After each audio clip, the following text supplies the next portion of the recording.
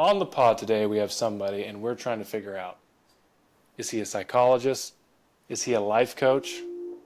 Or is he just another slimy salesman on Instagram with an online course to sell you? I We, like that one. That's my best bet. we're going to welcome Matt Droguett to the Merchandise Show. What's up, Randy? Thanks for having me on. Honestly, if people had to take their bets, I would probably just go with the third one because it sounds the most, I don't know, appealing and buzzy. Yeah, yeah. So I know that you had mentioned Reddit before, and there's some real big fans of yours on Reddit. So I looked that up, and we'll get to that later on in the podcast. But yeah, there's some real interesting takes on you on Reddit. Yeah, I actually learn about myself by going on Reddit. Like, if I want to know who I am better, and Mm. I'm like, who is Matt? I'll just go on Reddit and look at all my devoted fans and followers and what they have to say about me. It's quite riveting, honestly. I actually recommend it. It's a good process for anyone's mental health if you want to increase it and boost your own self-esteem and morale. All right, so just for a little context here, I actually do know what Matt does.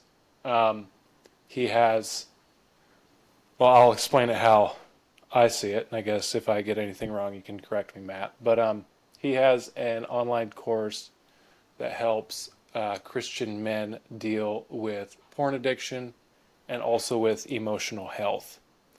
Um, and I got into the program. Yes, I did have a porn problem.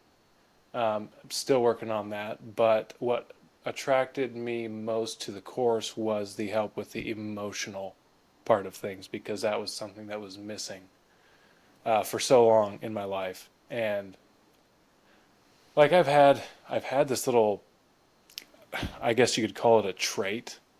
I just thought I didn't really like people that much, but really I think that there was just a lot of emotional stuff that needed to be dealt with, and just never got around to dealing with it. And so your course helped me with that a lot, and so thank you for that. Did I miss anything? No, I think you hit it well. The only differentiation I would personally make is on the course aspect because I think when you say, like I sell a course, it's like very hands off. Go to maybe a landing page, a website, click a button, join now. But I know what the work we do is very, very hands on. So it's, you get coaching, you get a coach, you get people in your corner because you're dealing with one of the most isolating, shameful subjects on the planet, especially when it comes to addiction. It's the most wildly misunderstood. So that would just be the only thing I'd throw in is a journey to walk with people like in and through it rather than like, hey, you're struggling with isolation. Well, let me give you a course so you can go watch it in isolation. And that's what, we work so hard to break off of people is the shame and the isolation to struggling alone and by themselves. But I understand for language, like course works, but program also works.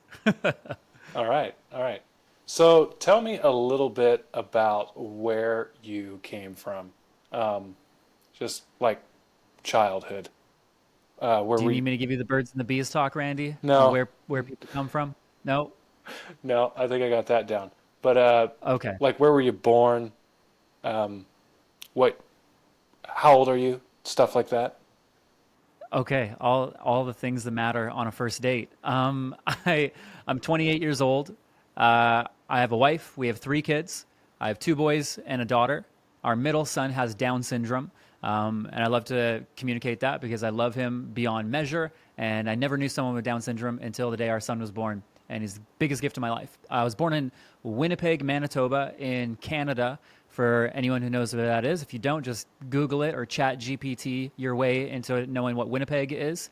So winters were very cold, around minus 40 in the winter time, and then later moved on, probably when I was just before being a teenager, to the west coast of Canada, to British Columbia. So a couple hours from Vancouver. All right, all right. And what was life like growing up? Like, do you have siblings or anything like that?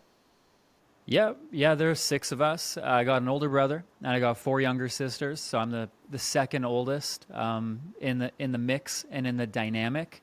And I mean, we're spread out. Like my sisters are 8, 10, 12, and 14 years younger than me. So there's a bit of a gap there. And we moved around a lot, lots of different homes, lots of different places. But I mean, in the most honest way, while also honoring like my parents because I know they did their absolute best. They were just lacking a lot of tools and skills on communication, on emotional intelligence, on how to comfort people, on how to feel and be safe. Obviously, because of their own upbringing and how their parents raised them, you know, they went through survival times like their parents did, and so it just got passed down generationally. And so there's just a lot of generational like trauma, pain, neglect, abandonment, betrayal, and things like that that I caught the brunt of. My brother caught the brunt of. You know, I often felt like a back burner child, very, very forgotten, very misunderstood. I mean, that's one aspect. Like, if I want to build a story for it, I can. But if I also want to explain all the incredible memories, I can do that too. But I find what gets people stuck isn't the beautiful times and the positive times. It's, you know, the not so great times. It's the things we don't know how to process. And so that led me to being like very depressed, incredibly overwhelmed and anxious. Was even suicidal, probably around like 14, 15, 16 years old, and didn't want to live anymore. Just had no hope for understanding that I actually mattered. So I just treated myself as an extension of the people around me, and whatever they wanted me to be, I would be. If you wanted me to be loud and the center of attention, I'd be that. If you wanted me to shut up and be quiet, I'd be that. If you wanted me to be funny, I'd be that. I kind of learned to be a chameleon to all people around me in order to feel safe, because being Matt wasn't safe, but being a version of me that people would undoubtedly accept based on the mood they were in was my best idea at how to keep existing and living, but it made me miserable. And that's the thing I found with people pleasers is everybody loves them, but they hate themselves. That's the one common characteristic and trait that I did not know how to shake. So people liked me. I didn't like me. People enjoyed me. I definitely didn't enjoy me. And to your point of saying you jumped into our program, you know, I went to porn as my escape. You know, I went there to find control, to find a false sense of comfort and intimacy because I had no clue how to give it to myself. I had no clue how to find it with, you know, my parents, my mom, any friends and people. Didn't know how to open up. Didn't even know what emotions really were. It's a whole other language and world that I just never got educated in. So yeah, that's a bit of my background in a nutshell. All right. Um, Not even sure where to go from there. So like, Sorry, man. We kind of just threw ourselves into the deep end with a bunch of weights, didn't we? yeah, Some heavy revies. that is the deep end. Um, let's talk a little bit about like working around the house, right? Like what was your relationship with like chores, things like that? Did you play video games? Did you spend a lot of time, you know, wasting time? I guess you would call it. Uh, what were you like regarding those types of things? Like growing up, you Yeah. know, like as a child or teenager. Um, Honestly, just insert the word average, and I think that you would understand exactly what I was like as a human. Just incredibly average. I wasn't great, and I wasn't the worst kid that you'd ever seen. I blended in, which is why I was a back burner child. I just caused like no problems in that regard. So when you're saying like chores, video games, I'm like, yep, dabbled into all of it. Wasn't the best at doing laundry. Wasn't always number one at playing Call of Duty with my friends, but I was always there, you know. So I just found different ways to try to, I guess, keep myself busy, keep myself entertained, stay out of trouble as best as I could. Obviously, still get in it, but not, you know, like an obscene amount. So yeah, does that kind of make sense? Yeah, yeah, that does. I'm just wondering, like, how does somebody that's incredibly average and doing all of the incredibly average things end up suicidal? Well, you can be average and the outlook and the representation of what you manifest in your life, but internally you can be crumbling. And because it doesn't matter what the outside of the cup looks like. I mean, you look at celebrities, you look at actors, you look at musicians across the board, people who seem to have it all of a sudden, you know, end their life. So when you look at that relationship, it ultimately doesn't matter what the outside of your world looks like. It only matters what the inside of your world looks like. And just like almost any negative trait for people, it's not always chronic. It comes in waves, it comes in cycles. Things trigger it where you get down, you know, for a while, maybe a week, maybe a few weeks. You're like, dude, this was just a crappy month. Or maybe you were like some people or a lot of people in 2020 when COVID happened, and you're like, dude, this was just an awful year. like just the worst year. So you summarize it that way. And that's what I did is I would have a lot of bouts and moments of just summarizing my life as absolutely meaningless, absolutely worthless, absolutely just unworthy and not good enough no matter what I did. Again, no one usually wallows there forever. I've worked with a lot of people, even a lot of people that were suicidal, and it's definitely comes in cycles and things just trigger it. Maybe someone doesn't text you back. Maybe you like a girl, you go on a date and then you ask her for another one, she says no. Maybe you try to go for a job and they don't, accept your position and they choose your friend. And so different things like that will trigger a sense of being unworthy. And that's what lies dormant in almost all of our lives that goes unhealed. So then we try to find escapes. But for me, in terms of not actually taking my life, it was porn and it was video games and it was soccer. Those three things right there were like my biggest escape. Healthier, mind you, but still an escape. Does that kind of make sense? Mm-hmm. I had a thought and I forgot. I forgot what I was going to say. This interview is going great so far. Um, You're doing a great job. I know that I just went willfully very deep, and most people don't do that all the time. It's either uncomfortable or just different because we're bringing up a lot of things that like most people don't usually process. So you're doing an amazing job. yeah. Thank you. Thank you. What was discipline like? Did you have were Would you say that the discipline was hard at your household?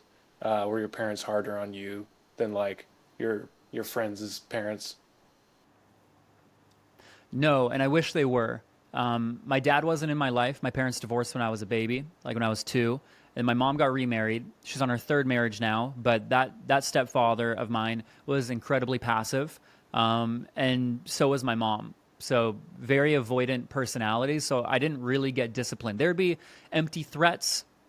There'd be like, if you don't do this, you're not going to your friend's house. So there'd be manipulation, which is very, I feel like, common across the board for most people and how they either parent or get parented. And so I didn't truly get disciplined, though. I was actually taught to give up quickly in life. I remember there's a time, I don't hold this against my mom, because I liked her advice at the time. But looking back, it'll just show you, like, when I share this story of what it meant to take the easy way out in life. So I was probably in grade 11 or 12. Mind you, I'm in Canada, so exams and stuff look different, but I was doing my SATs equivalent, okay? So I was in high school, and I remember studying that night before the exam like crazy hard. I was super stressed out, very overwhelmed, very upset. I was like, F this. Freaking hate school. Why do I got to do this? And my mom came down to my room and she saw like this huge amount of papers, textbooks, a mess. I'm like trying to have like soft, gentle Mozart music in the background playing to like calm me down, because people said that's what to do. And I'm just not having it. And my mom just looks at me. And again, my mom did this because she loved me. No mom wants to see their kid in pain or in distress or overwhelmed. And so because I don't think my parents knew how to believe in me because they didn't know how to believe in themselves. And so again, I'm not holding my mom hostage to this, but she told me to not even go to my SATs. She told me to not go to my exam the next day. She's like, you know what, just stay home, stay with me. My sisters were all very little at the time, right? And so they're like, just hang out with us. We're not going to be up to anything, but just forget it. Like, don't even go. And I met her halfway. I went to the exam, I did part of it, and then I just walked out. I returned in like a majority like empty paper and just walked out because I got overwhelmed. I didn't know how to answer the questions and really just didn't want to. So I really just didn't apply myself much. And my mom did not give a flying flip. She's like, you're probably not going to college. And again, she didn't mean that in a negative way to tear me down. She was just looking at what reality was, which is true. I've never been to college. And I just quit on pretty much everything the moment it got tough or hard. So when things, back to the point on like coping with stuff got difficult, I would just cope. I would just find a way to escape and run away from it. which is why in like the work that I do, helping guys overcome porn is because it's the most available, accessible, anonymous, and affordable, thing that you could possibly engage with, which is what makes it so insidiously addictive. But yeah, if that kind of makes sense, there wasn't really much of any discipline in my life, especially because I lived halfway across the country from my dad. So I never saw him really after the age of 12. What was it that you wanted most in life, like as a kid growing up, school, middle school, high school? I wanted to be wanted, attention, significance, eyes on me. And so when a kid doesn't get positive attention, positive sense of being loved and pursued and significance, they'll always find it in a negative way. And so I did that. I was quite the shyster.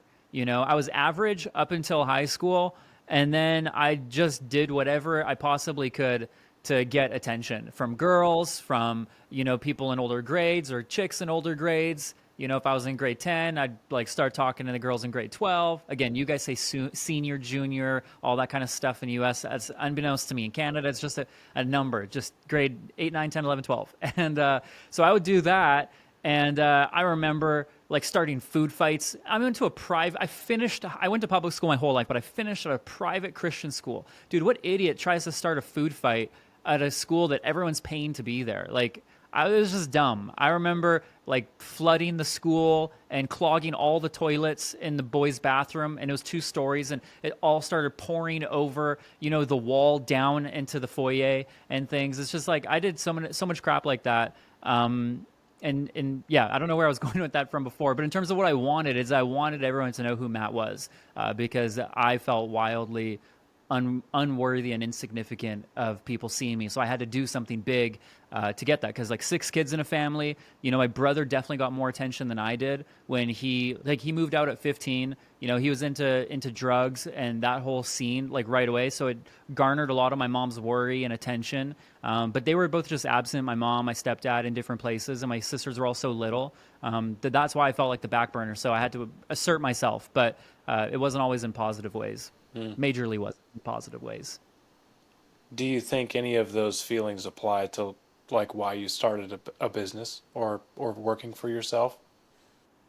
No, me starting working for myself is a wild story of absolute necessity. But I always believe that we are the most qualified to help the person that we were 5 years ago. You're always helping your younger self. And I'm sure to some degree with you in this podcast, wanting to serve men who you want them to have greater inspiration, greater purpose, find something with more meaning and zest and zeal. You're looking at 5 years ago, Randy. You're looking at the version of you that was just stuck, just didn't know what he didn't know, was living an uninspired life. And would I be right in assuming that with you, Randy? Yeah, that is precisely what Yeah, what I for was sure. going for. Yeah. Exactly. I love that. That's amazing. And that's incredible. And that's almost every single person who gets into either business or some form of servanthood for other people is you're always helping the version that you were just a few years ago. And I saw a massive need in the marketplace for people struggling like with porn more specifically, but it wasn't out of a sense of wanting to be wanted. I'd already done so many years of like therapy and counseling and work on myself to like heal those wounds or that inner child within me that it became more of like I see other people are barely making it, and I don't like that. And so I want to declare war on the thing that feels like is an opposition of guys living a truly authentic life. And it's not honestly porn. I'm not passionate about that. You already know that. It's not porn that I find is the problem. It's coping. It just sucks. It's frustrating. It's discouraging when you're living a life that's out of alignment with your authentic nature, with who God made you to be or whatever higher power you believe in. It just sucks feeling like you're going through the motions. There's so much untapped potential. You're stuck. You don't know what to do. You don't know where to go. You feel shame. You make the wrong choices. You want to do better, but you don't know what to do. You lack trust for people. You're angry. You're pissed off. You have a lot of fuel and kind of internal motivation of just discontentment with your life, and you don't know where to plug and play it. And then you keep making decisions that make you feel ashamed, right, and small. And I'm like, well, if we could reduce the amount of shame we live in, the amount of regret and guilt and condemnation, and we could have more peace in our life, I'm sure that would make things a lot better. You know, the thing that prevents us from going towards the risks, the goals, the things that we want in life is a sense of worthiness. You know, there's the people who really reach their goals in life have a worthiness meter that's higher. And the people who don't mount to much or don't have hope to mount to much is because they don't believe that they're worthy of that much. And so when we feel worthless, we will always make choices that are worth less. We're always making decisions out of the perception of what we believe our identity is. So the work that I've been doing on myself for years has been to increase my own sense of lovability meter. So that's why when we go back, and we'll get into it whenever you want, about the Reddit thing and people just tearing me to shreds and being, you know, just inhumane with just a human being right here, it doesn't affect me anymore because I'm not looking for other people to validate me. I'm not looking, and again, that sounds good as like maybe like a reel or like a quote, and you're like, whoa, stop looking for validation from others, like get it from yourself. But dude, like that's been an 8-year plus long journey for me through counseling, therapy, bawling my eyes out and getting to the roots of why I felt like I absolutely needed other people to love me and like me in order to just have basic survival. So yeah, in terms of what I didn't step into this, at least to my knowledge, I didn't step into this so that I could be significant. I did it so that others could finally step into their own significance that they just might not be aware of right now. Does that make sense? Yeah, it does. I'm just wondering, does that message differ any from somebody like the first person that comes to mind is like David Goggins? It's just like pursue or like use your pain to fuel you to go do great things, right? Yeah, I would say the outcome is similar. Live a life on your terms. The process is different. David Goggins, obviously I don't know him, but the things that I've listened to, I've read his book. I've listened to a lot of podcasts that he's been on. Even just like this last week, I listened to one that he did. The dude just grew up in a very, very different world than I did. In order for him to survive, he had to get hard. Like he had to callous his mind in order to make it through all of his trauma and everything that he's been through. And he had to just face it and just brunt force trudge through it all. And me, on the other hand, I, again, got groomed to quit. So I didn't learn to face anything. So my journey looked a lot different in terms of our priorities, our goals. I mean, he was a Navy SEAL, for crying out loud. I've never touched a Navy SEAL. I don't mean it like that. I was going to say a weapon. I was like, but I hunt. So I tried to change it in the last second. Doesn't work. We'll edit that out. Actually, please don't. It's going to be comic relief for anyone who needs it. Anyways, so I think that using what you have is helpful. Yes, like disgust is probably one of the greatest human emotions that we could harness in order to shift the current trajectory of our life, because you have to get discontent. You have to feel disgusted with what you're currently engaging with. And I know that's true for him, and I know that's true for me. I would just say using like anger, frustration, pain, and I think he's definitely stepped away from that more, but anybody in life, it's not a good long-term strategy. I massively believe in using what you have as leverage in the moment, you know, energetically, emotionally. So if all you have is deep anger towards, like, let's just say your dad and your mom for how they raised you and a bunch of stuff, use it. Use it to shift your circumstance right now. Use it to get out, because often pain is a greater motivator than pleasure. I was reading a book where they were talking about studies being done on the difference between pain versus pleasure. And they did say that by and large, pain is a much greater motivator for humans to want to change than pleasure could ever be. So for example, in business, if you are using an urgency or a sense of scarcity on clientele or customers to want them to work with you, offering a pleasure of like, you'll get this and we'll add this in and I'll give you this for free is not as motivating to say, hey, you got about 1 hour and this offer closes permanently, you know, or I'm only able to work with 5 people this year, and if you want to take your life to the next level, you best believe it's on there. If you want like reels, because I do video production company, it's like the pain of missing out, the pain of loss is much, much, much more enticing than the pleasure and the idea of gain. So use it But if you want sustainability with wholeness in your life, you're going to want to transfer it down the road, and learn to operate more out of wholeness and out of, I don't want to say balance because I hate that word, but just out of having a sense of being relaxed in your nervous system. Okay, so here's the bones of how I started my own company about 4 years ago. We were living here in Hawaii, where we still live now, and my wife was working for friends of our company doing like remote online sales, actually helping them into their own, like coaching programs and stuff.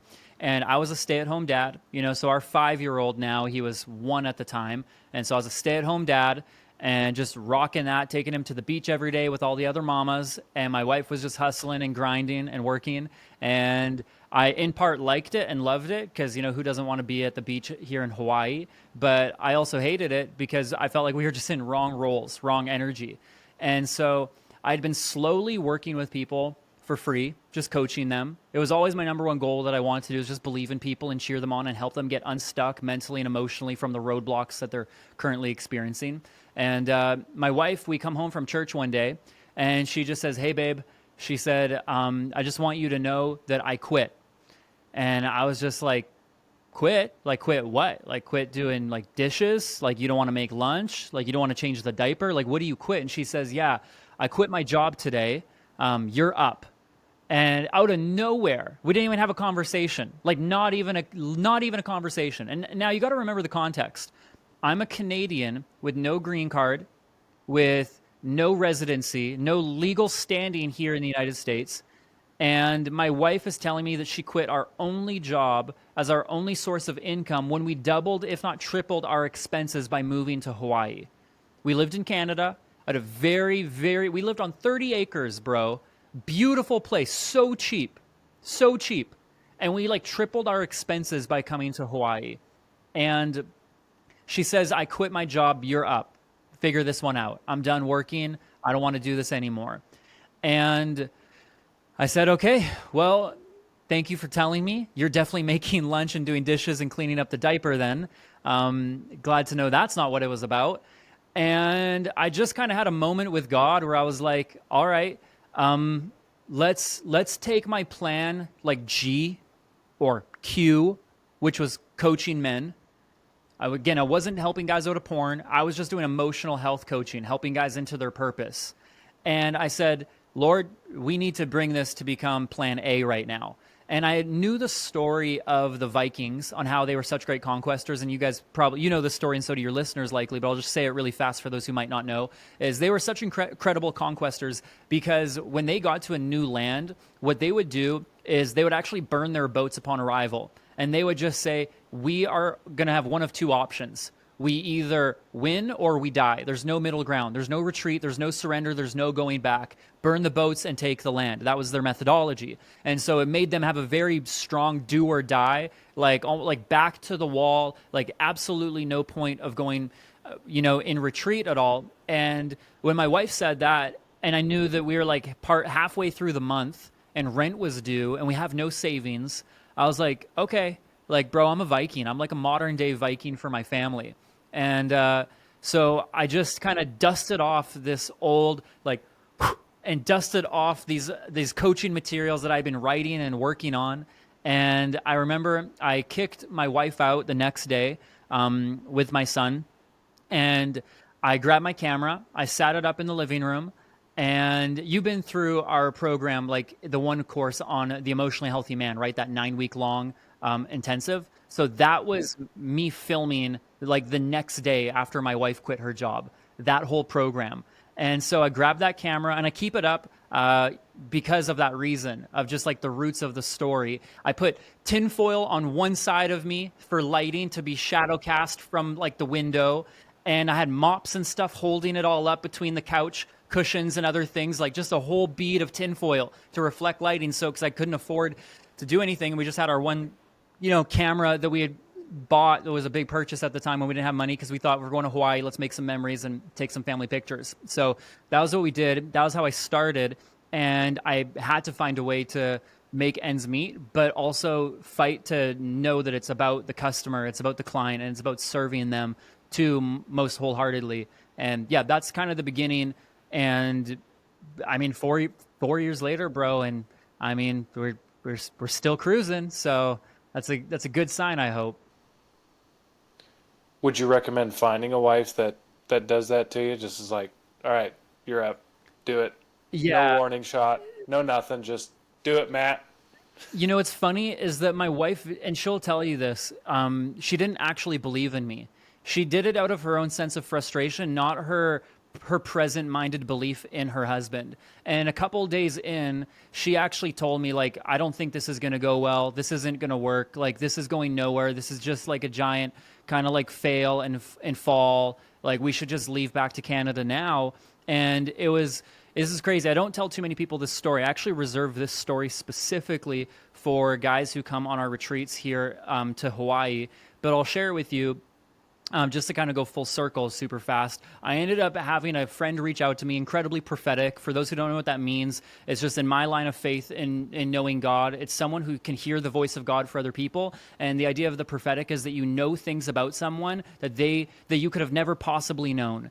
And so he reached out to me. He was a friend I went to college with, or not college, but like ministry school with, and an unaccredited kind of Bible college in California.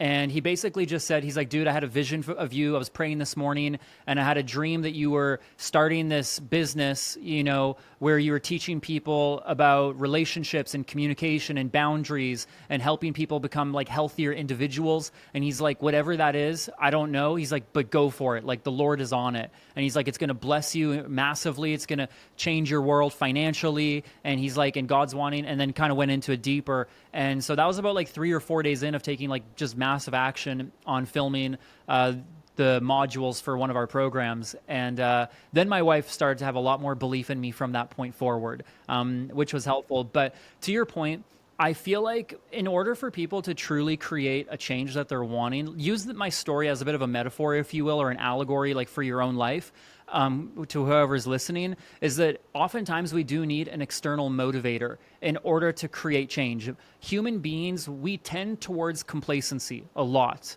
We just do. It's just human nature. We see the couch, dude, we will all sit on it. We see the TV, we see the remote, we will stretch for it, and we will just sink in. We won't want to wake up and get up early and work out and run or do a cold shower, cold plunge because bed is comfy. And that's not a bad thing, but if you were to see a threat on the other side of you not getting out of bed or you not starting that business, or because there's only 3 things that really change the human life. It's when you are in so much pain that you absolutely have to. It's when you learn enough that you finally know to, or when you're inspired enough that you want to. And for me, it was a bit of a combination of all of the above, but majorly it was the pain threshold again. So most people will need that in order to actually create any amount of change, some sort of forceful external pressure. And it's not a bad thing. It can be really, really helpful when it pushes you in the right direction, and if your nervous system can handle it. Now, of course, if you're going to go overboard, some people in the face of pressure will just freeze. They'll crumble.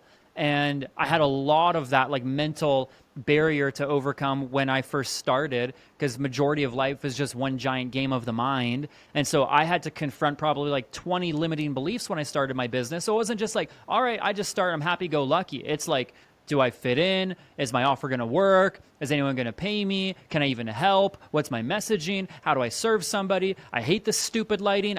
We're running out of tinfoil. Crap. Do I got to go to the store and get more tinfoil now? Like there's 20 things that were going on in the face of me starting, but you can talk, you can plan, you can memorize, you can schedule, you can think about it. But at some point or other, you just actually have to pull the trigger and just start doing the work. Does that make sense, Randy? Yeah, yeah, that makes sense. I'm just thinking for somebody, maybe they're sitting on their couch and they have no reason to get off and to go start something that's going to bring them more purpose, right? A business or a nonprofit. How does somebody get to that point? They don't have a wife that's going to go quit her job and basically tell you to go make the money. They have no pain. They're just comfortable. Is there any hope for those people starting a business or an organization, or you just would recommend just keep coasting? It's an interesting question. I love the question, and I think I got a very different answer than most people might give. I actually would encourage them to just frickin' lean into their own comfort. Lean in, bro. Max that thing out. Enjoy it to the nth degree. I'll never forget a story of a psychologist that I listened to who was trying to help somebody stop smoking. And they could get a sense that the person didn't want to stop smoking. So what they did is they said, "Come with me." They walked them down the hall, down the stairs, outside the building doors, and then they walked them across the street to the gas station. They go to the gas station clerk or attendant, and they say, "Hey, I would like 10 or 15 packs of cigarettes, please." And the client who was trying to quit smoking was like, "What are you doing that for? Like, I'm done. We're not smoking anymore." He's like, "Oh, don't worry about it. It's all good." And he gets like the 10 to 15 packs of cigarettes. They go back to his office, and the psychologist or counselor is like, "Here, have a cigarette." And the dude's like, "Well, I don't want it." But he knew that he did, and he needed to own that. And so what the psychologist was doing was baiting him, being like, "No, take the cigarette. I know you want it. Smoke it. I know you want it. Smoke it. You're not going to leave this room until you smoke all 15 packs of cigarettes."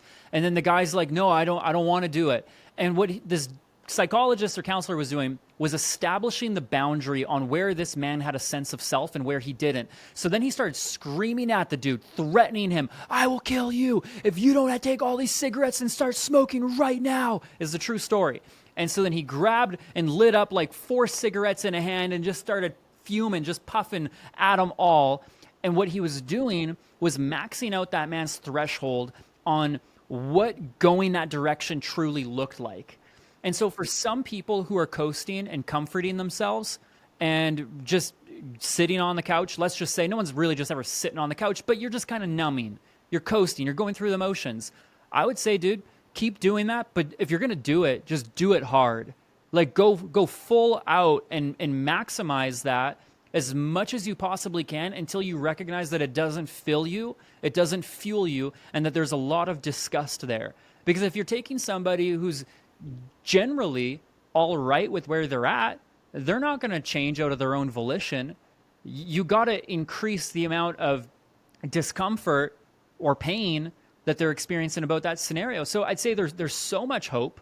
There's a lot of hope for anybody, but it's going to come of one of those two ways where it's like you really, really lean in, or you just get so sick, and that's the form to help you get so sick and tired of being sick and tired of being sick and tired, that idea. But you also got to realize maybe not everyone's built to start a business or be their own boss or create an organization, but there is a world in which they need to start living life on their terms. And I wouldn't say need to, but they're invited to. And the biggest thing that I needed to hear from myself is I was actually being a victim. I felt very powerless. I think the reason why most people slouch and sit around and are demotivated is because they don't feel like they actually have much power within themselves to create the change that they want in their life. They feel victim to it. And I was always looking for someone to come save me. I was always waiting to be seen, to be noticed, dude. So talking about that whole notice thing from when I was a child, I would actually play basketball on my street with the fantasy in my mind that someone from the NBA, I was probably like 8 years old, 9 years old, 10 years old, I didn't even want to play basketball professionally, would just come by, notice me, and say, "Hey, I want to take you to the NBA. You got what it takes," and take me under their wing. And so what that is, when people have big fantasies like that as a child, it's actually a sign of neglect and a lack of fathering and mothering, but primarily being fathered. That big take you under your wing kind of masculine role. And I realized that I was still like 22 years old or 24 years old, and I still wanted someone to save me. And when I recognized that no one was coming to save me, nobody's going to come help me, nobody's going to take responsibility to get me up out of bed, to pay my bills, to live my life, like nobody cares. It was actually a very liberating concept when I realized like nobody cares. Literally no one. I could die today and the world's going to keep moving on. No one cares. We're all focused on ourselves. Now, it's not necessarily selfish, but it can open up your mind when, for me, I realized, okay, like, it really doesn't matter then what I do, because I cared so much about what other people thought, and I felt very powerless. And I was like, all right, well, if no one's coming to save me and no one's coming to fix this, like, I just kind of had a giant FU moment to the situation of my life. And it's like, well, then I don't want to keep staying where I'm at, and paying the rent for my landlord that likes me. I was like, they'll get new tenants. So I started challenging everything in my mind. I'm like, if I quit this job, which I was terrified to quit in real estate as a property manager, I was like, they're going to be so heartbroken that I'm leaving. I'm like, then I started thinking, well, if I leave and they are broken apart or the whole company is as a result, that's a very fragile business. I was like, I can't keep doing what they want to serve their dreams when I'm not even learning how to serve my own. They're the ones that God put in me. So I started to create that framework. And then I was like, my landlords, they're going to find other tenants. Like, they won't care. Like, so many people would want this spot that we were living on in this orchard. And when I started to see that, and I was like, man, people just aren't there for me as much as I want them to. And I was like, and they're not supposed to. It was a mom and dad thing. And I'm like, I need to learn and cultivate a muscle of actually learning to be there for myself, be on my team, show up for me. If not to make others proud, definitely to make myself proud. And then that's when I started to be like, all right, F it. I have a lot of limiting beliefs towards money because I feel like the only people that have money are rich assholes. That was what I thought. And I knew a lot of pastors that had money. And I was like, y'all are assholes. And I was like, you don't care. You're going to hell. It's easier for a camel to go through the eye of a needle than for one of you rich pricks to get through those pearly white gates. And I was like, but I was so sick and tired of feeling like a victim to everything, of finance, of this, that, and the other. So that's what created, and by the way, it's not a one-time event. I think we sexy that thing up and make it look like it's got to be a big, huge, monumental occasion. It could be very subtle, bro. It could be very, very simple regarding anything.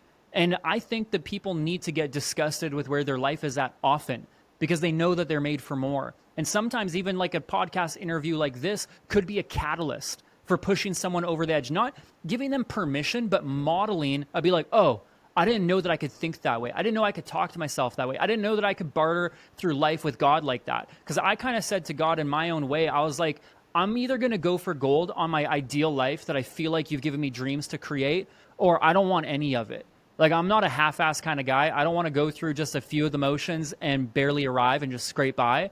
So I was like, I'm going to go on this journey or not. You can either come with me or you can come without me, but I'm doing it. And obviously when you're talking to God, there's a sense of realness that you need to have, but also recognizing like he's a father. He wants to journey through life with you. At least for me in the faith that I belong to, that's one of my core beliefs. But I had to challenge why I felt like that wasn't true over and over and over again. So yeah, hopefully that serves you. Hopefully that's helpful in some capacity. I don't want to keep going because I could talk on this stuff for hours and hours and hours. But yeah, hopefully that makes sense so far.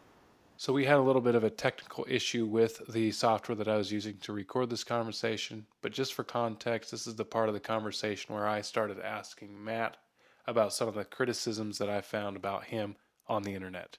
The comment was is one of the reasons why this person did not trust Matt Droguett was because you're very clearly a salesman and you want to make a lot of money. Cool. I would say he is absolutely right.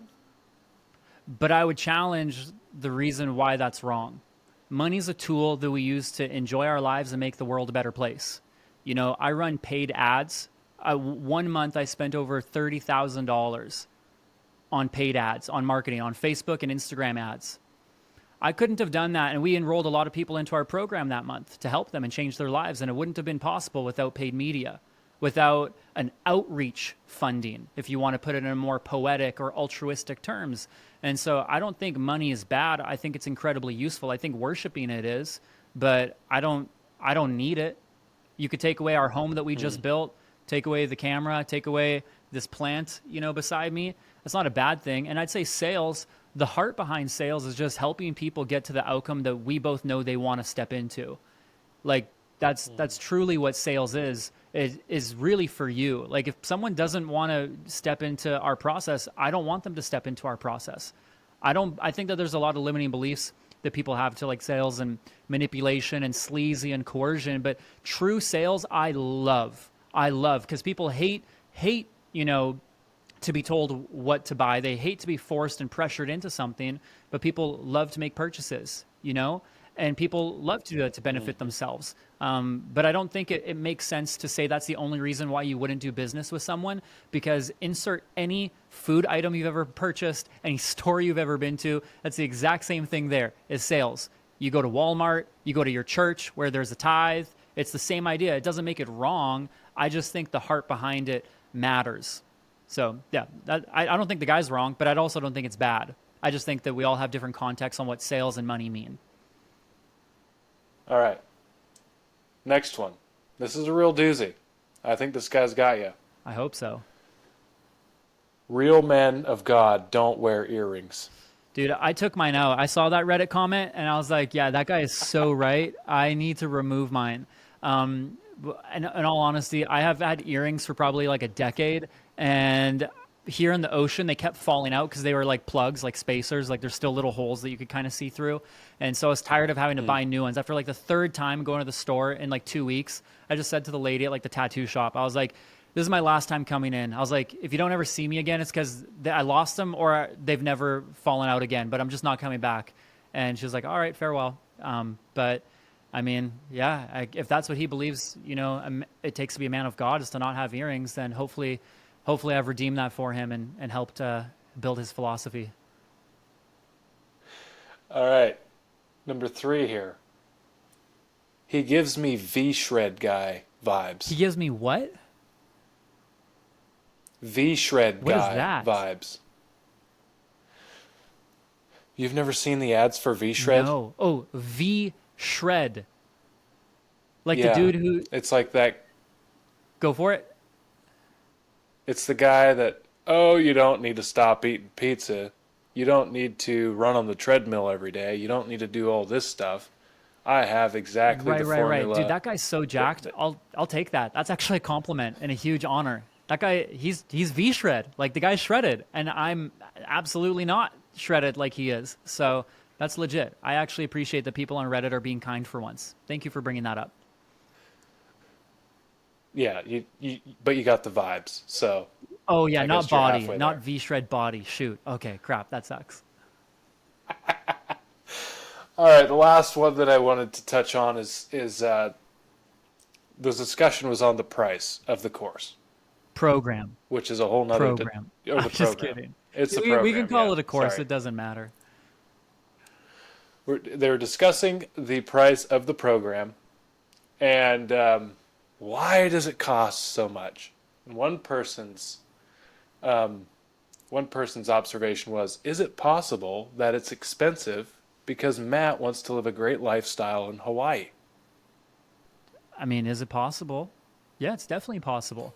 There's a lot of reasons why our program is priced the way it is. The first answer that I would give is because when I started my coaching business 4 years ago, I paid $8,000 on a credit card, had to make payments monthly because I didn't have that big of a limit. I actually had to call my bank and increase my limit so I could give them a down payment. And he said, here's the deal. He says, when it comes to high ticket coaching, and this is for anybody if you want to understand high ticket coaching and why it is in these certain models, is he's like, when you are obscure and ambiguous and nobody knows who you are, and you write an ebook and charge $15 for it, how many people do you need to see and buy your ebook in order to, make this a full-time business? And the answer was like, you need hundreds or thousands in order for it to be viable. And he says, but when you do high ticket coaching, what you need is only a few committed clients. So from that standpoint, if I want to go to that guy's point and be like, it's because Matt wants to live in Hawaii and make money, then yes, he's absolutely right. High ticket coaching does make the most amount of sense for people from that standpoint only. But if you can extend this podcast for a few minutes for me to go full circle, I think that your viewers or listeners or people would just appreciate going fully around the block. So let's kind of break this down. Let's just say I made my services free, okay, which I've done in the past, and I could explain that story. But when I do that, there's going to be a few things that happen. Number one, there's going to be no commitment on anyone's side for getting the true weight of value from it, because the things that we pay a price for actually determine its value. And when something's free, we think it's not worth anything, right? Which is why, Tesla is priced the way it is versus, like a 1984 Volvo station wagon. That was my first car. I bought it for $400 versus why a McLaren is priced the way that it is because it's about the perceived level of value. And so if I made this free or super, super, super cheap and I had no following, no audience, no people knew me, then I'm going to end up having to hustle, grind really hard. I'm going to end up burnt out, maxed, working at 7-Eleven and another, full-time job. So when you want and expect me to coach you and show up with capacity and at the highest level and serve you with something valuable to share and contribute, I won't have anything. I'm going to be running on fumes. My marriage is going to be in disarray, all because I tried to be altruistic and put it at a price point that made you feel better with yourself about me. But in reality, there's also a price for staying stuck where you are. There is a cost and a price to pay massively for never going for it. And I think that in my own life, I agree with those people. Like I said, I had so many limiting beliefs towards money and people who charged what they charged for anything. And I was super frustrated by that because I was like, if you really wanted to help, you would do it for free. But in reality, that's an entitlement perspective and an entitlement mindset, and you're not going to go anywhere in life. Matt Droguett was never going to go anywhere in life when he felt like people owed him something. And the reality is that I paid for things because I felt like that they were valuable, that they were worth it, that they enhanced my life, that they made things better. And money is a tool for us to change and transform our life with God. And most people end up putting their money towards things that are absolute trash. I'll never forget the time a guy that I was talking on the phone with, he said he couldn't afford my program and it was just way too expensive. And because I care about people, I started talking to him. I was like, hey, dude, I totally get it. That makes a lot of sense. I said, are you cool if I take a look at your budget with you and figure out where things are going to see if there's a way we can make something work? I'd love to jump on your side of the table if you're open to it. If not, it's up to you. I'm just here to serve you, whatever you'd like. He's like, yeah, help me pull it apart. And we found out that this dude was spending over $2,000 a month eating out, buying junk food, pizza, pop, just garbage. He was spending so much money on e-cigarettes, on cigarettes, nicotine, and other trash, and paying for porn. And he felt like the reason was the price of my program, but it's really the people's priorities and where their finances go. The other reason it's really challenging is it targets against people's low self-worth. Because if you invest in yourself, you actually have to believe that you're worthy of something. So from a standpoint financially, for me to keep doing this, yeah, that's definitely there. Margin needs to be in anything. The kingdom of God operates out of margin. Jesus operated out of margin. He left the crowds often to go to desolate places to pray. He created margin. He created bandwidth over and over and over again. And the reason why there is margin for me to be in Hawaii is because I want to, emulate mainly to myself and my kids and my wife about a life on our terms with God. As my wife's dream to move here, not mine. But I'm like, dude, I'm here to serve my wife and my family. I could live in a hut in freaking Nebraska for all I care. I'm from Winnipeg. I can go through and weather a lot of things, but I'm here so that my family can flourish and thrive. I can also hear your kids in the background massively, Randy. It's been going on for the past 5-10 minutes, but I thought I'd just share it because I didn't know if on the podcast people will hear it too, or if that gets changed at all. Did you just mute yourself? Yeah? Okay. I'll keep going for a second. You can edit out. You don't even have to publish any of this if you want. So when it comes to the price of the program, there's that aspect. But the other aspect is that it also gets you skin in the game. Now, this is probably what a lot of people would say, and this is true high-ticket coaching, but it actually just makes a lot of sense. I first started getting counseling when I had zero money. I went into debt. I made an IOU to a friend, and I thought that he would forget about it, but he made me work for him for that next year to pay him back. And it's true, I did. And I moaned, I grumbled, I complained, I felt entitled, and then I caved in. And I was like, dang, I'm earning this. I'm earning the healing that I just got for myself through counseling and through therapy. And what I like to explain to people is unless you get skin in the game for your life, you'll walk away. I did this for free. I helped people because I thought it was the right thing to do, which it is the right thing to do, but it's also the right thing to do to have people pay for it because they genuinely want to. Because they genuinely want to feel good about themselves, build self-respect, build self-esteem. They worked so hard their whole life. They might as well put their funds that they've been working so hard for at a job they hate towards bettering themselves. And the value's there. The amount of money I've made people is insane. The amount of people that have started better jobs, gotten a wife, gotten married. I had a guy made $1 million in his company the next year after working with us. There's an ROI. I think that you see a lot of people, and Randy, if I said his name, you would definitely know who I'm talking about in the program for sure. And so there's a lot of people that you see where you just say like, oh, they're sleazy and they're bad because there's a price associated. But again, don't forget about the marketing costs. Don't forget about all the software costs. Don't forget about all the fulfillment, all the coaches, all the commissions. I pay coaches. I was paying a guy $10,000 a month for almost the entire 12 months of last year. $10,000 a month to help me with marketing and with sales and with bringing people in and with lead generation, because it wasn't something I was naturally gifted in. So all of the income in a lot of ways goes back into the business so it could become a better ecosystem and helping more people. You know, if I were to say to people, hey, when you join in, these funds are going to go towards bringing more people in. The way you saw this through paid ads, yeah, a portion of this goes back to outreach so that more people can see this so they can get help. Randy, didn't you see and join our program from a paid ad? Would that be accurate? Yeah. We couldn't have done that if we were running this, you know, whole coaching business on friendship like these dudes on Reddit want. So that's where I think that like a lot of decisions it's coming from a myopic point of view, but I totally get what they're saying, but I also don't think it's wrong or think it's bad. I used to think that if you really wanted to help people, you would have to do it for free, especially in this space, because people associate, you know, porn addiction and Christian with ministry and church, and it should be for free, right? But that's actually not biblical. It's not true. It's not accurate. You know, there's nothing about in the Bible that talks about doing that in terms of feeling entitled, like you should be given everything you want without having any. Jesus actually told, you know, the rich young ruler, he said, hey, dude, foxes have holes, birds have their nests. I got no place to lay my head at night. And if you follow me, neither will you. You have to let go of everything. There is a cost associated with following Jesus. He even spoke about that. And the rich young ruler was pissed because he was not willing to part with what he had. And Jesus would get angry at the Pharisees for things like that. And so there's so many stories in the Bible that I see the value of partnering with God in your life story. Like, for example, David, King David, when he became king over Israel, I'll just share the story real quick to bring context for those who don't know it.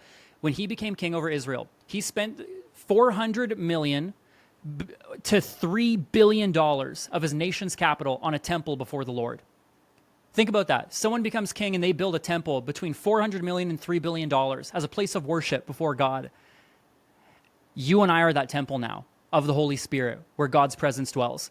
And if King David, one of the smartest men, who's known as a laid down lover of God and the presence, a friend of God, would invest $400 million to $3 billion so that God could have a place of worship that would be clean, beautiful, sanctified, holy. Investing in yourself and personal growth and personal development creates a fortune within you. Because sure, you might be out $100, $500, $2,000, $12,000, $50,000. None of our programs range anyway. But if you do that, it's like you are actually sowing into you to say, I matter to get and create skills. I matter to become better, to do better, to become so much more. So that's why when your friends like, I got into business to learn about me, it's like, yeah, 100%, man. That's why it's a spiritual game, is I've become edified. I've become better. I've become calm, more relaxed. I become a better version of me. I become 10 times more unique, 10 times more wise. I'm a 10 times better friend, a 10 times better leader. I've invested over $130,000 into myself through counseling, therapy, coaching, programs, leaders, mentors, guides, excluding the guy that I paid $120,000 of a salary last year to help scale and grow our company. And I do that over and over and over again because I see in the Proverbs, in the Bible, it talks about the blessing and favor is contingent on your ability to get wisdom.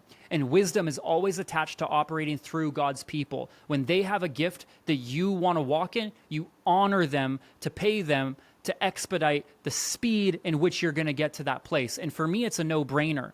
All the time. I'll do that. I'll do that in my marriage. I'll do it with my kids. It's probably the biggest life lesson that I want people to understand. And that's why I'm passionate about this. So when people come and they say, make a blanket statement like, Matt just wants money, I'm like, yes, because of all the things that it can produce, and you should want to as well. But if you don't want to, that's okay. Just understand that you need to find another threshold, like maybe your wife leaving you and taking the kids and buzzing off, which I've seen a lot of our clients have had happen, unfortunately, or guys will come see me and say, I was seeing your ads, I was getting your emails, but my wife finally left me. Now I want your help. And I'm like, well, dude, now it's kind of too late. You lost the car, you lost the home.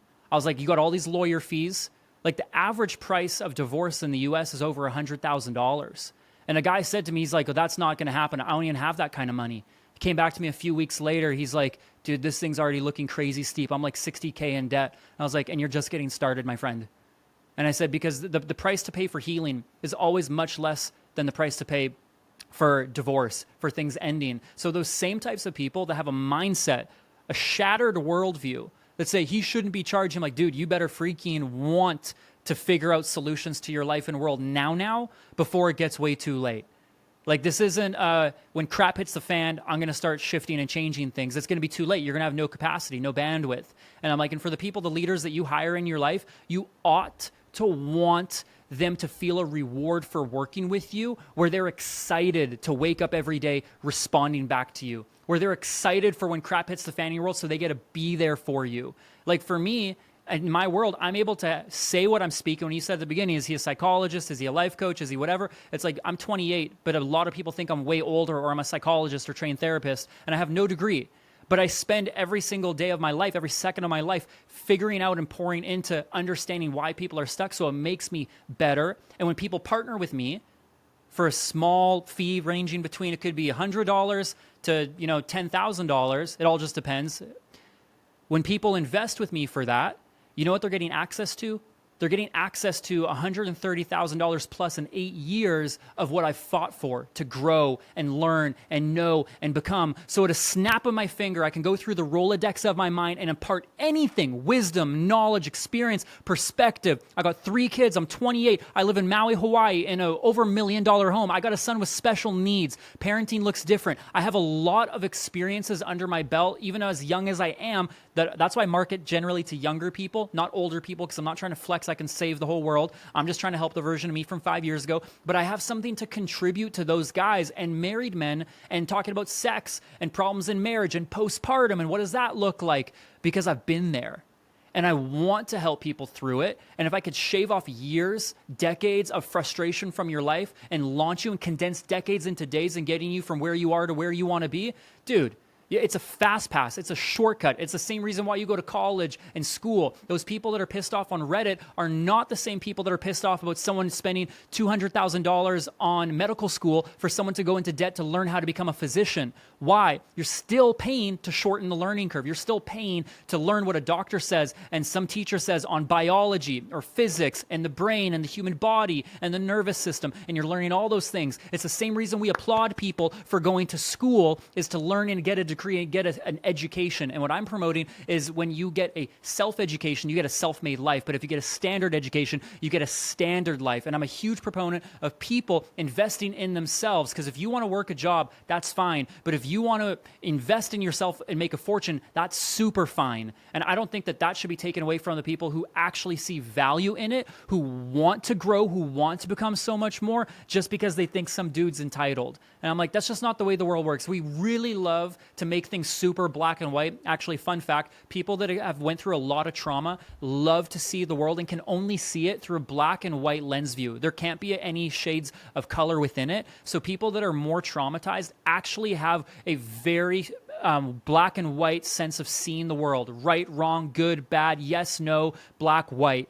And it's because of the world in which they grew up in, and the trauma that they don't know how to process. So they've created these absolutes to have extreme forms of safety. This guy's good, this guy's bad. So it makes someone feel way better to say, this dude's a sleazy a-hole when he sees, the price of one of our programs, because it fits better for his narrative than if he had to confront the work and saying, actually, I wonder if there's 100 reasons why his program is priced the way it is. Some's including benefiting him and his wife and his kids. Some's including the business side and marketing and sales and team and fulfillment and employees. And some's including, my life and why it's worth it and why there's value and why it's worthy to get a coach. But a lot of people don't want to take that perspective or that frame, because it actually requires humility. It requires that we stop vilifying other people and we learn to build and bridge human connection, which is the main thing that I'm about in life. And that's why I'm passionate about this. And that's why I've made this probably your longest podcast episode yet, is because I want people to step into clarity. I don't really care what your opinion is of me. You could think I'm the biggest dick on the planet. That doesn't bother me any. I know who I am. I know what my life's about. I know my mission. I know my purpose. I know my calling. I know why I'm helping the people that I'm helping. And I'm quite frankly, I'm very proud of it. And I'm not looking to give anyone a hand up. That's not empowering. It's disempowering and it's victimhood. I want to give people, I don't want to give people a handout. I want to give people a hand up. I don't want to just give hands out to people where they just think that they are going to get a free ride in life where it's not going to cost them and it be comfy. But like that kind of mindset's the exact reason why they're still addicted to whatever they're addicted to and why they're still not where they want to be. Is because their worldview is messed up. They're not successful because someone's charging money. They're not successful because, they're using incorrect strategy. They're unsuccessful in life and not living life the way they want because they have a terrible view of the world. It's their negativity, their fear, their procrastination, their self-doubt, right? All of that victim mindset is actually the main proponent on why they are wildly unsuccessful. Other people are not their problem. Their phone is not the reason. Their algorithm is not the reason why they see, promiscuous images. It's them and what they are attracting into their life over and over and over again. And so I have a lot of compassion, but my goal within all the things that I do, and you're making me passionate about this and want to actually create so much more content to help people, is it's a mindset. It's a worldview. It's a perspective and a way of seeing life that's massively debilitating. And you'll never go anywhere when you think that way. Like, why stoop so low? Like, why be so shallow? Why think so little of yourself and think so small of the world around you and then massively limit God's ability to bless you and make you wise because you want to hold on to what you have? Jesus said in the Bible that even what you have will be taken from you. You got to be willing to part with it. I think that money should just circulate. Again, I think it's a tool. I think it's something that we can use to better mankind if we allow it to. But if we hold on to anything in life, we lose. We got to be in a place of surrender and letting go. And I'm like, that's why I love to partner with people because you'll get there further, faster, better, and it's just so much more fun. So hopefully that helps. You heard my little TED Talk and rant there, but I'm passionate about it, and I just don't want people to feel stuck. So if this resonates with you, man, throw Randy some love, throw a comment in there. I mean, he puts this stuff together because he cares and he loves about you guys a ton, and he's the real deal. He's been a client of ours inside of our programs, and he's crushing it, and he's fighting for gold, and he's fighting for you guys. So I just want to say, Randy, that I'm proud of you, dude. I love you so much. I got a lot of respect for you, and it's been a gift being with you here today, man. Sincerely. All right. Thank you for those kind words, Matt, and thank you for that rant. That was good. That was good. I got a few quick fire questions here. This is like just on the light side of things. We've dug pretty deep here. We need to go a little bit on the light side here. Shoot, I'll see if I can do that. All right. So, what is your go-to snack/drink combo at a convenience store? Okay, I don't ever go to a convenience store, so because I eat pretty healthy, because I care about my body being a temple. I just went deep. Shoot, Randy. Okay, so there's a drink. It's kind of like a kombucha. It's called Pauela. It's here in Hawaii from a local vendor, and it's pretty dang delicious. Dragon fruit's my favorite flavor. And then in terms of snack on what I would like to eat, yeah, I mean anything to put fuel in my body, like energy. So I like apples. Peanut butter, with that, do some salt and vinegar chips maybe. That's not really necessarily fuel, but a healthy kind with no seed oils, take me there. All right. Would you consider Honey Nut Cheerios breakfast soup? Breakfast soup? Yeah. No, because it's not warm. Does pineapple belong on pizza? Absolutely. There we go. We got a Hawaiian that said that. I'm definitely not Hawaiian. That would be so mean to all the Hawaiians. They would hate me like stupid Howley. Like, get out of here. Yeah, not even close. Pineapple belongs on pizza because it creates more flavor. Who doesn't want a pizza with flavor? I don't know. There's some people that say no to that. Okay, I got a couple of rapid fire questions for you, Randy. I'm just making I'm not these done. up off the top of my head. I'm not done. Oh, okay. You still got your own? Yeah, I got 3 more. But keep those. I'd love to answer some of your questions. Okay. All right. So, in your opinion, who is the greatest music artist of all time? Taylor Swift, hands down. Don't even try to debate me, bro. All right. Don't at me. You can at me and her. Let's start a 3-way podcast combo. What is something that most people don't know about you? I have a blood disorder called hemophilia that I was born with. It's rare. It's incurable, at least so far, and it means my blood doesn't clot. So internal or external bleeding has been prevalent throughout my entire life. I take medicine to stay alive, and it's the reason why I grew up in and out of hospitals my entire childhood. Wow. Hospitals is pretty much all I knew, but very few people know that. If you could have dinner with anyone from history all the way up to the present day, who would it be? Taylor Swift came to mind, bro. I just want to pick her brain. She's savage. She's the only artist to have ever become a billionaire off of her own music solely. Like she's talented beyond measure, with business, with music, with relationships. Like she didn't get to where she is by mistake. So I just have a lot of wanting to understand what drives her and makes her want to continue to like keep doing what she's doing. Like very few people can stay in the spotlight for like that long, especially nowadays. Like if you're looking at like the Beatles or the Beach Boys or Michael Jackson, it was different back then, but you have to work really, really hard to do that now. So I would love to spend time with her. Maybe like a week. My wife can be there, so it doesn't seem weird. But I'd want to spend a significant amount of time picking her psychology and her brain. I think it'd be fun. All right, that's everything that I had. You had some questions? I'm just making them up, but yeah, dude. Would you prefer to have cats or dogs? Uh, Probably dogs. Okay. If you had to get shot, would you rather get shot in the knee or the shoulder?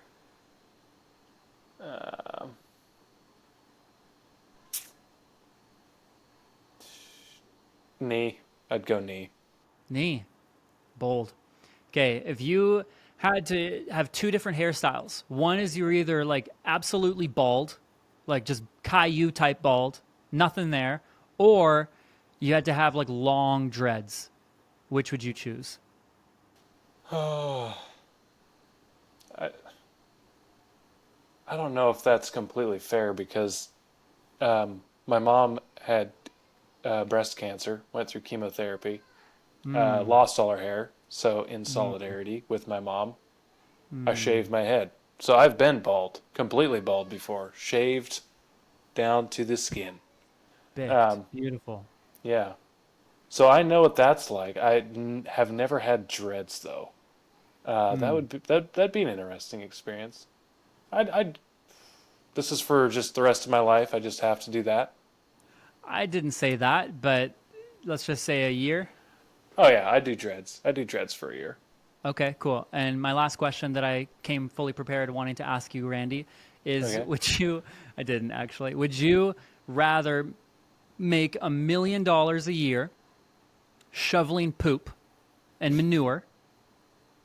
I'm not going to tell you if it's animal or human. Or would you rather make enough to pay your bills? Let's just say 100 grand, because I'm sure that would cover all of it and more. But you do something that you are wildly passionate about and in love with. Um, Be honest.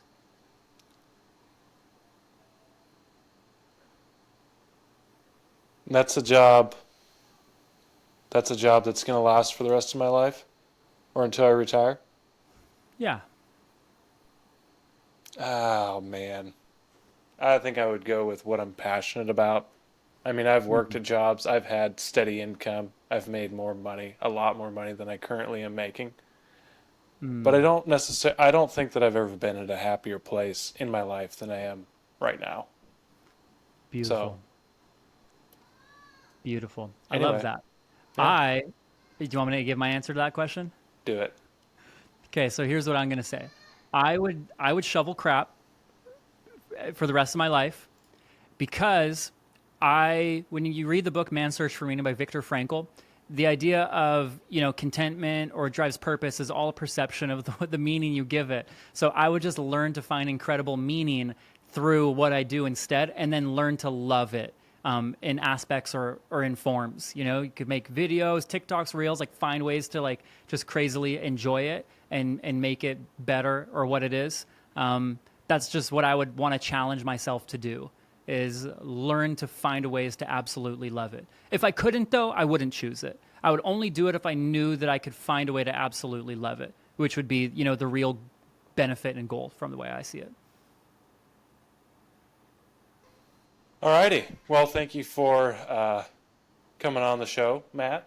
And I think we'll just end it right here because we got Sounds like World War III happening outside my door. So we'll just end it right here. Thanks for coming on the show. Thanks, dude. Appreciate you. Thank you for listening to this conversation all the way to the end. Please subscribe on YouTube or wherever you get your podcasts. Please follow us on Instagram or TikTok. And remember, go out there and mind your own business.